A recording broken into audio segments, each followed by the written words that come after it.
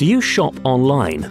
If not, you could be spending as much as £1,000 more a year than you need to. You can get all sorts of deals online that aren't available elsewhere, so it's definitely worth trying to see what you can find.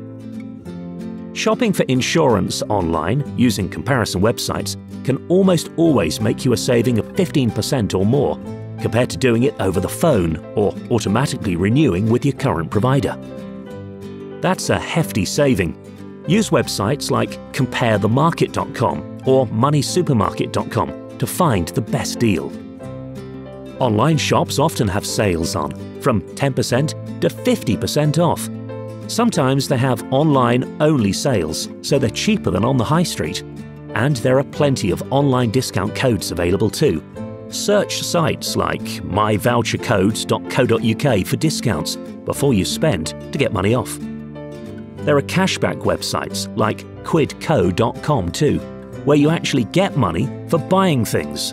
Only use these if you'd be buying something anyway though, or you're not really making a saving. You can even do your food shopping online, and it's much easier not to overspend if you don't go into the shop and spot the tempting things you don't really need.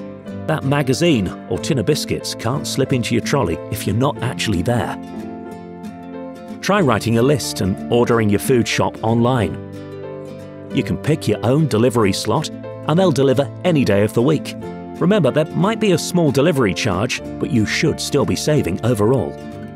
So go on, give it a go. You might find you save a fortune.